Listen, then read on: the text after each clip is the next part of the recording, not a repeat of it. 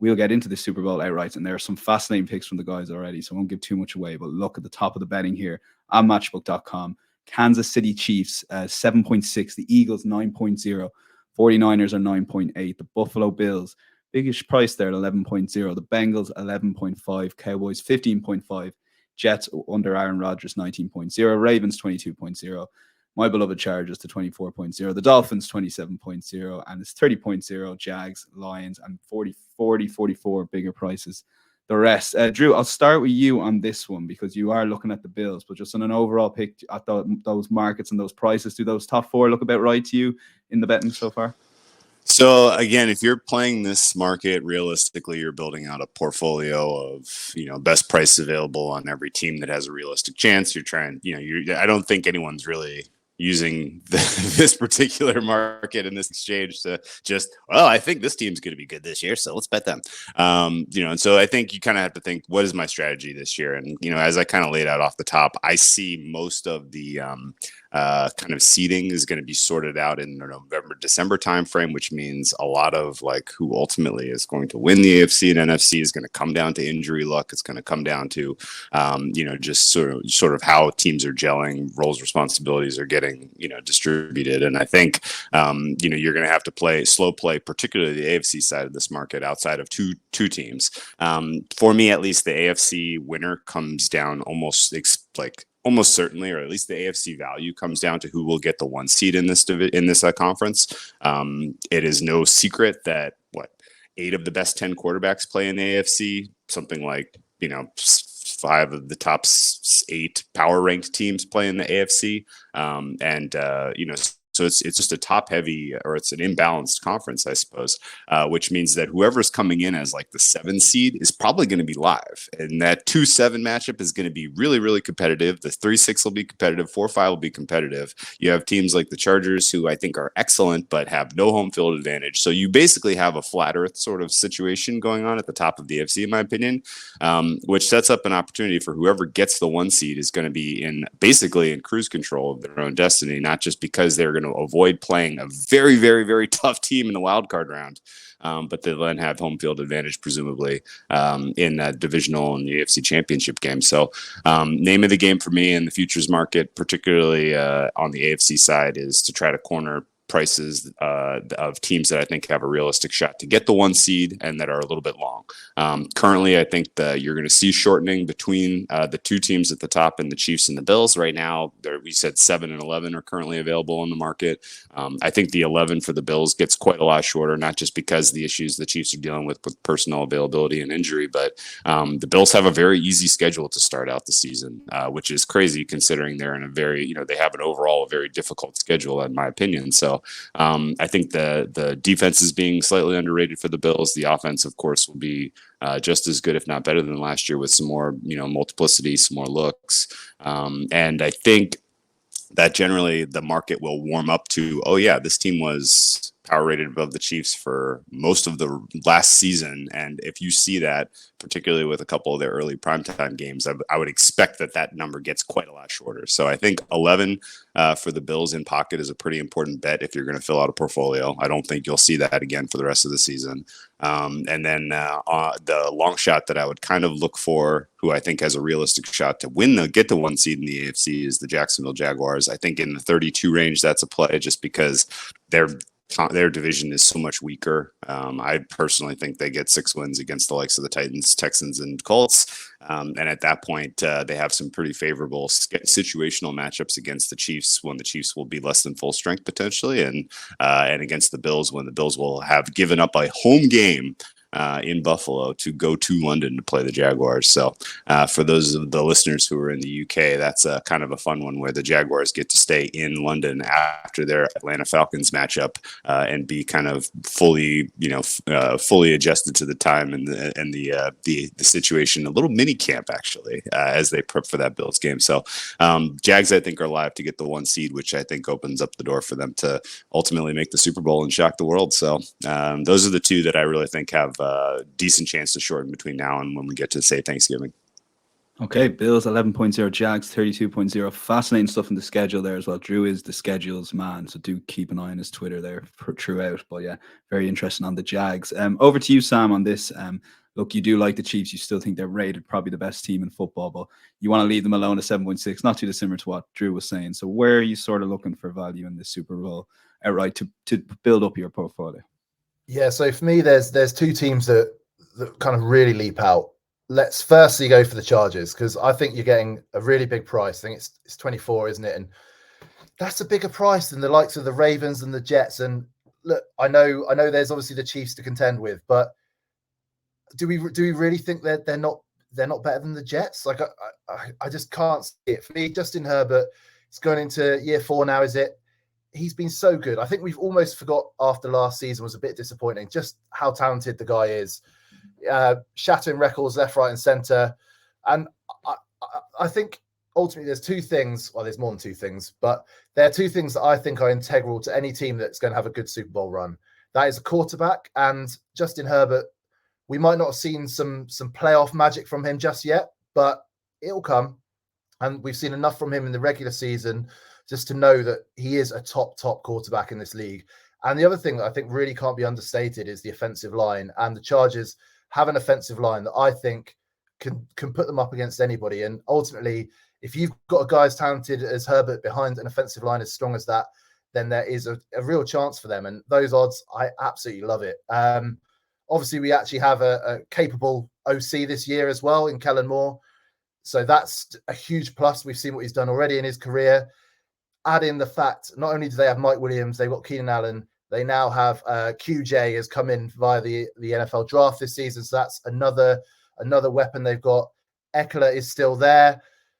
I love the weapons. I love the offensive line. I love the OC. I absolutely adore the quarterback. And I think they've got a strong defense as well. This is a team I think can win in multiple different ways. And yeah, I'm all in on them. And I know every year I think people talk themselves into the Chargers and then it goes wrong. But this year, this is the year, guys. This is the year it's going to finally work out. And at that price, I absolutely love them. And for a little bit of a long one, and this is far more of a dart throw, far more speculative, but it's the Packers. And I'm not a Packers fan, and I really wasn't an Aaron Rodgers fan either. So it pains me to say this, but I think they're going to be quite good. And currently a massive price, I think it's 90. If they start well, that will crash. And everything I've heard about Jordan Love throughout this training camp and as we've got close to the season is just so good. And by all means, we know that people pump the wheels on their players. That happens. It's a new quarterback effectively, even though he's not a rookie. It's only natural that his teammates are going to be out there telling us how he's great, how he's going to win them loads of games. That's entirely normal. But we've seen, was it the Bengals? Who else did they play in preseason? Every team they played, basically, the opposition have come out of those joint scrimmages and just said, this guy's pretty good, you know. And if the opposition are saying that, they have no reason to say that. They have no investment in him whatsoever. That tells me there's a bit of a player there. And I'm not expecting them to be the best team in the NFL. They won't even be the best team in the conference. But at 90, I think that odds is just so big. I think I have to just have a little sprinkle on them, see how it progresses in that first couple of weeks, first month. And I think maybe there's an opportunity to lay a bit further down the line. Yeah, absolutely. And there's a couple of back to lay options. Even the Chargers, I know Drew touched on home field advantage, maybe come the playoffs, that could be vitally important. But those couple of teams there, perhaps matchable betting exchange, you can lay off some of your stake for a profit after a couple of weeks if, for example, the Packers are half the price. Judah, over to you, and this is as fun as it gets. This team is out currently 210.0 on the matchable betting exchange, so make the case for the Washington Commanders. Yeah, well, first I was going to say the way I'm just looking at the current landscape of the AFC, and almost to Drew's point, I feel like I could make the case that any one of like 7 teams can be the number 1 seed.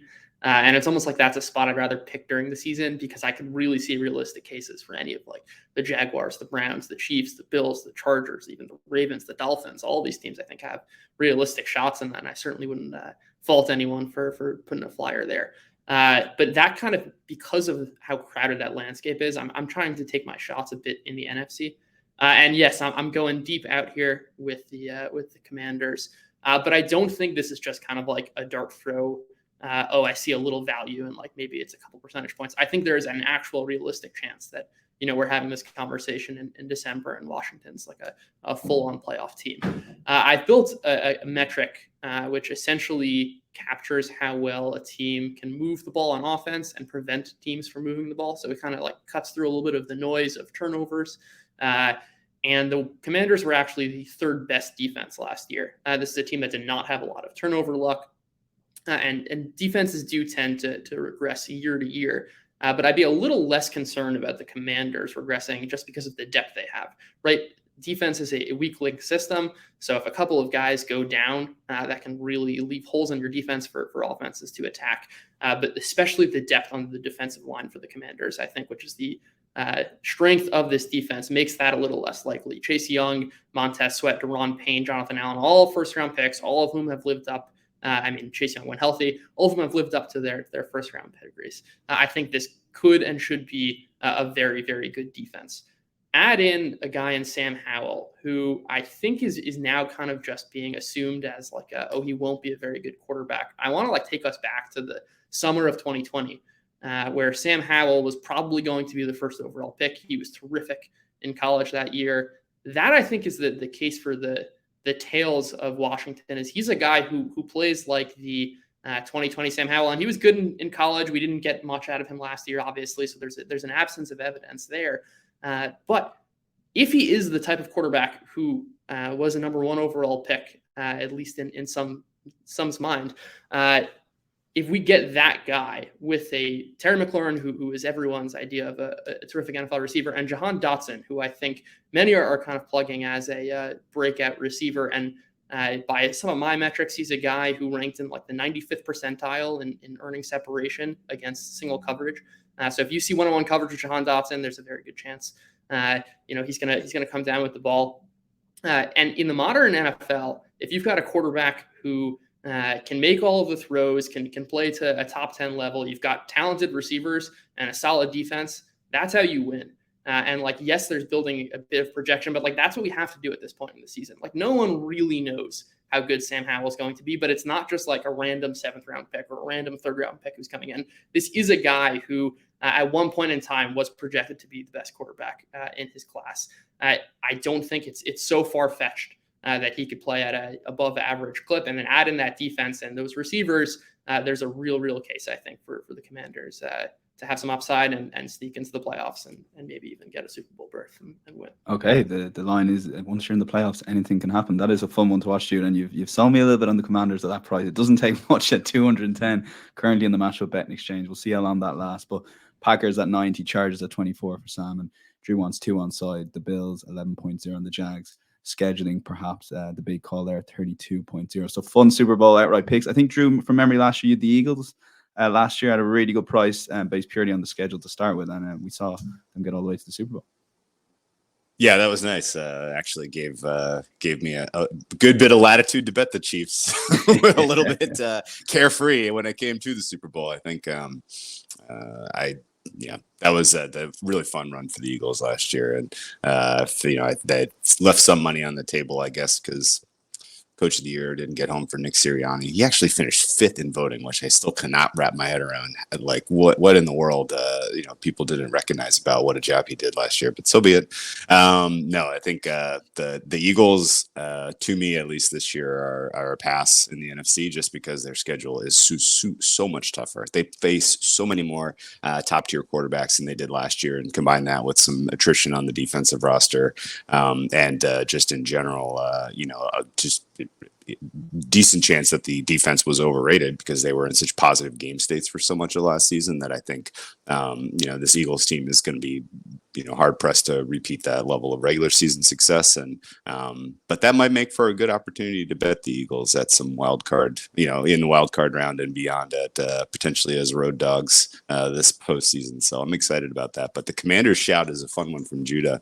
I'm excited. Actually, I can already feel a disagreement brewing between us next week as the Commanders head to the Denver Broncos and see what the fair price ought to be in that early season test for Sam Howell at altitude. So that's going to be fun to follow all season long. That's the marquee game sorted for week